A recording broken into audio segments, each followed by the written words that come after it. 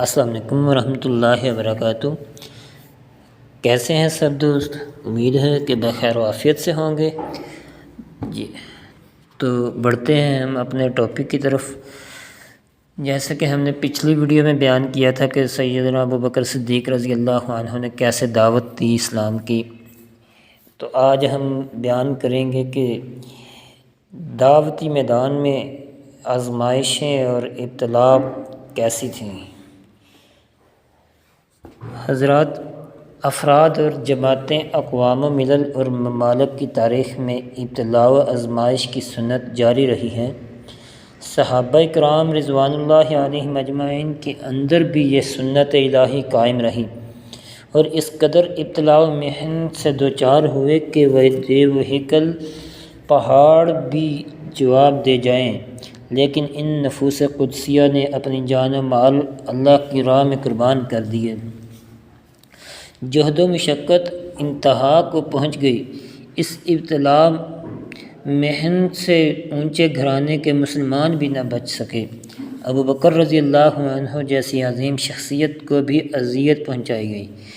آپ کے سر مبارک پر مٹی ڈالی گئی، مسجد حرام میں جوتوں سے پٹائی کی گئی، یہاں تک کہ آپ کا چہرہ اس قدر زخمی ہوا کہ ناک و چہرہ میں تمیز کرنا مشکل ہو گیا اور موت و حیات کے عالم میں کپڑے میں لپیٹ کر آپ کے گھر لایا گیا۔ ام المومنین عائشہ رضی اللہ عنہا روایت کرتی ہیں، جب نبی کریم صلی اللہ علیہ وسلم کے ساتھ کچھ صحابہ اکٹھے ہو گئے جن کی تعداد 38 ہو گئی، تو ابوبکر رضی اللہ عنہ نے رسول اللہ صلی اللہ علیہ وسلم سے اصرار کیا کہ اب دعوت کو ظاہر کیا جائے۔ آپ صلی اللہ علیہ وسلم نے فرمایا، ابھی ہم تھوڑے ہیں، لیکن ابوبکر رضی اللہ عنہ برابر اصرار کرتے رہے۔ آپ کے اصرار پر رسول اللہ صلی اللہ علیہ وسلم ایک روز صحابہ کے ساتھ مسجد حرام میں تشریف لائے۔ صحابہ مسجد کے گوشوں میں اپنے اپنے قبیلے کے ساتھ جا بیٹھے۔ ابوبکر رضی اللہ عنہ نے کھڑے ہو کر خطاب کرنا شروع کیا اور رسول اللہ صلی اللہ علیہ وسلم تشریف فرما تھے۔ آپ پہلے خطیب تھے جنہوں نے اللہ اور رسول کی طرف دعوت دی۔ یہ خطاب سن کر مشرکین آپ پر اور آپ کے دیگر مسلمان ساتھیوں پر بپھر پڑے۔ مسلمانوں کی سخت پٹائی کی، ابوبکر کو رونٹ ڈالا، سخت مارا پیٹا۔ ملعون عتبہ بن ربیعہ آپ سے قریب ہوا، آپ کو پیوند لگے جوتوں سے مارنے لگا، آپ کے چہرہ کو نشانہ بنایا اور آپ کے پیٹ پر چڑھ گیا۔ کیفیت یہ ہو گئی تھی کہ چہرہ اور ناک کا پتہ نہیں چل رہا تھا۔ بنو تیم کے لوگ دوڑے ہوئے آئے، ان کو دیکھ کر مشرکین آپ کو چھوڑ بھاگے۔ بنو تیم آپ کو کپڑے میں لپیٹ کر آپ کے گھر لے گئے، آپ کی موت میں کسی کو شک نہ رہا۔ پھر بنو تیم کے لوگ مسجد حرام میں واپس آئے اور قسم کھا کر کہا، اللہ کی قسم، اگر ابوبکر کی وفات ہو گئی تو ہم عتبہ بن ربیعہ کو ضرور قتل کر دیں گے۔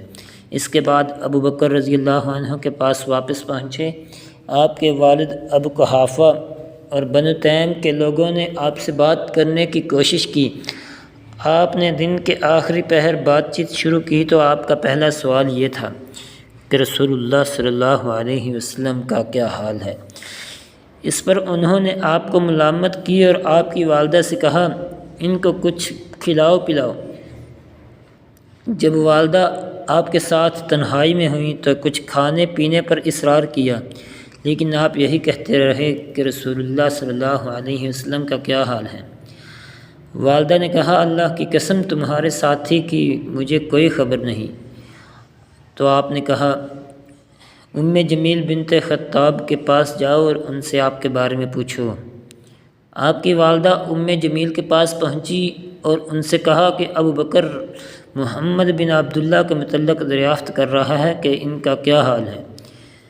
تو ام جمیل نے واپسی جواب دیا، میں نہ ابوبکر کو جانتی ہوں نہ محمد بن عبداللہ کو، لیکن اگر آپ پسند کریں تو میں آپ کے ساتھ آپ کے بیٹے کے پاس چلتی ہوں۔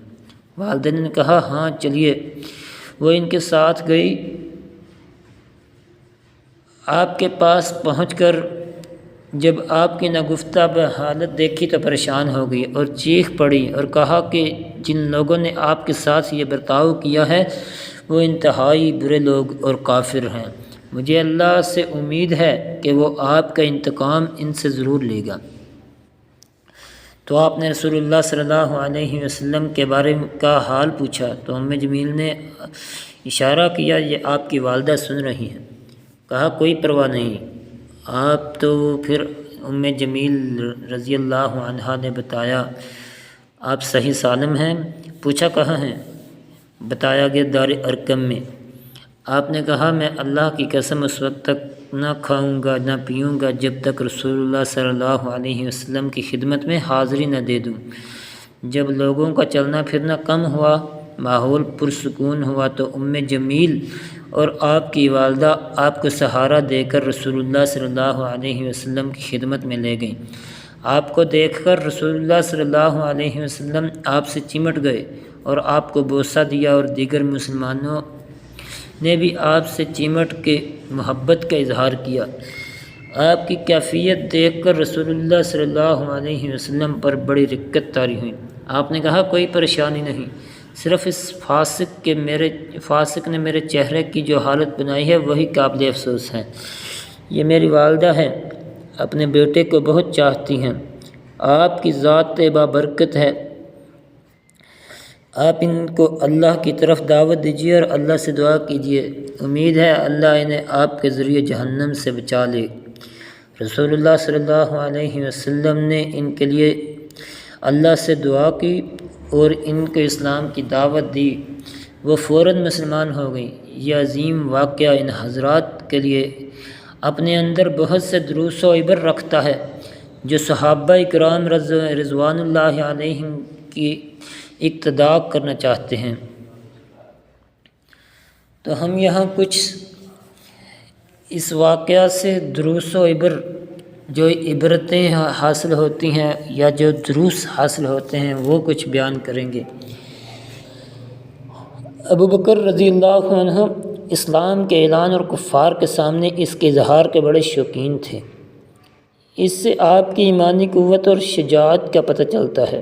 اس کی خاطر انہوں نے بڑی تکلیف اٹھائی، یہاں تک کہ قوم کے لوگوں کو آپ کی موت میں شک نہ رہا۔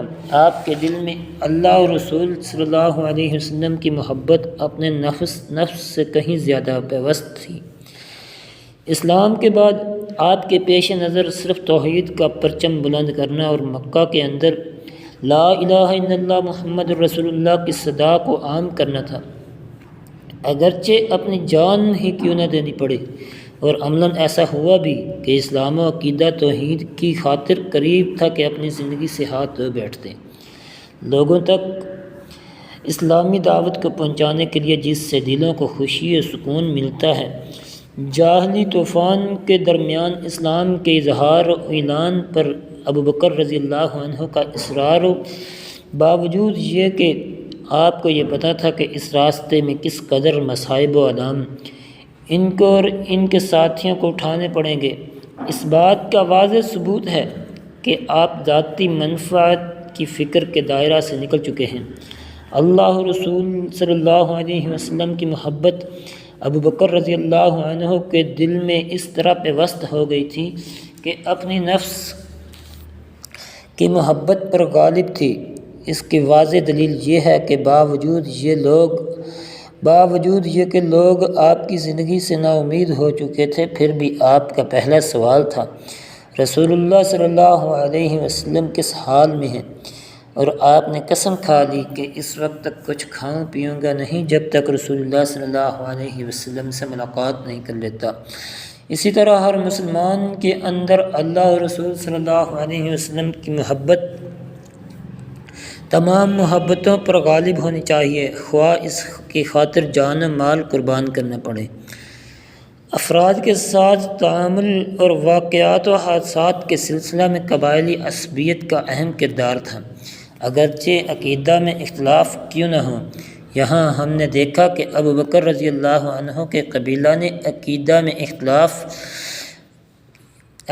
میں اختلاف کے باوجود عتبہ کو دھمکی دی کہ اگر ابو بکر کی موت ہو گئی تو ہم تم کو قتل کیے بغیر نہیں رہیں گے۔ اس واقعہ سے ام جمیل کا بہترین موقف نکھر کر سامنے آتا ہے۔ اس سے واضح ہوتا ہے کہ دعوت دین کے شوق و محبت اور اس کے لیے جدوجہد پر کس طرح جب ابو بکر رضی اللہ عنہ کی والدہ نے رسول اللہ صلی اللہ علیہ وسلم کے بارے میں دریافت کیا تو فوراً جواب دیا کہ نہ میں ابو بکر کو جانتی ہوں نہ محمد بن عبداللہ کو جانتی ہوں۔ یہی کامل احتیاط کا تقاضا تھا، کیونکہ اس وقت ام الخیر سیدنا ابو بکر صدیق رضی اللہ عنہ کی والدہ مسلمان نہ تھی، اور ام جمیل اپنے اسلام کو چھپا رہی تھی۔ یہ نہ چاہتی تھی کہ ام الخیر کو اس کی خبر ہو، اور نہ رسول اللہ صلی اللہ علیہ وسلم کے مقام کی خبر ہو دی، کیونکہ خوف تھا کہ کہیں قریش کے جاسوس نہ ہوں۔ ساتھ ہی ساتھ ابو بکر رضی اللہ عنہ کی کیفیت معلوم کرنے اور آپ کی صحت کے سلسلے میں اطمینان حاصل کرنے کی بھی فکر و دامن۔ اسی لیے ام الخیر نے ان کے بیٹے کے پاس ان کے ساتھ سے والدہ کے ساتھ ابو بکر رضی اللہ عنہ کے نیکی و احسان کا پتہ چلتا ہے۔ آپ کی والدہ کی ہدایت کے لیے انتہائی حریص تھے، اس لیے رسول اللہ صلی اللہ علیہ وسلم سے عرض کیا، یہ میری والدہ اپنے بیٹے کو بہت چاہتی ہیں۔ رسول اللہ صلی اللہ علیہ وسلم کے بعد صحابہ میں سب سے زیادہ ابتلاء و آزمائش سے دوچار ہونے والے ابو بکر رضی اللہ عنہ تھے، کیونکہ آپ ہمہ وقت آپ صلی اللہ علیہ وسلم کی صحبت میں رہتے اور ان مقامات پر آپ کے ساتھ ہوتے جہاں لوگ آپ کو اذیت پہنچاتے اور آپ کی شان میں گستاخیاں کرتے۔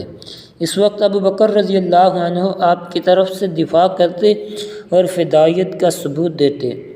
اس طرح وہ قوم کی اذیت اور ان حماقتوں سے دوچار ہوتے، باوجود یہ کہ آپ قریش کی بڑی شخصیتوں میں سے تھے اور عقل و احسان میں معروف تھے۔ حضرات، یہ تھی کچھ باتیں جو سیدنا ابو بکر صدیق رضی اللہ عنہ کو دعوتی میدان میں درپیش مشکلات اور ابتلاء تھی۔ امید ہے کہ آپ کو اس سے کافی فائدہ ہوا ہوگا، آپ کے علم میں اضافہ ہوا ہوگا۔ ویڈیو اچھی لگی تو سبسکرائب کریں، شیئر کریں، لائک کریں اور انتظار کریں، انشاءاللہ جلد ہی اگلی ویڈیو آپ کے گوش گزار کی جائے گی۔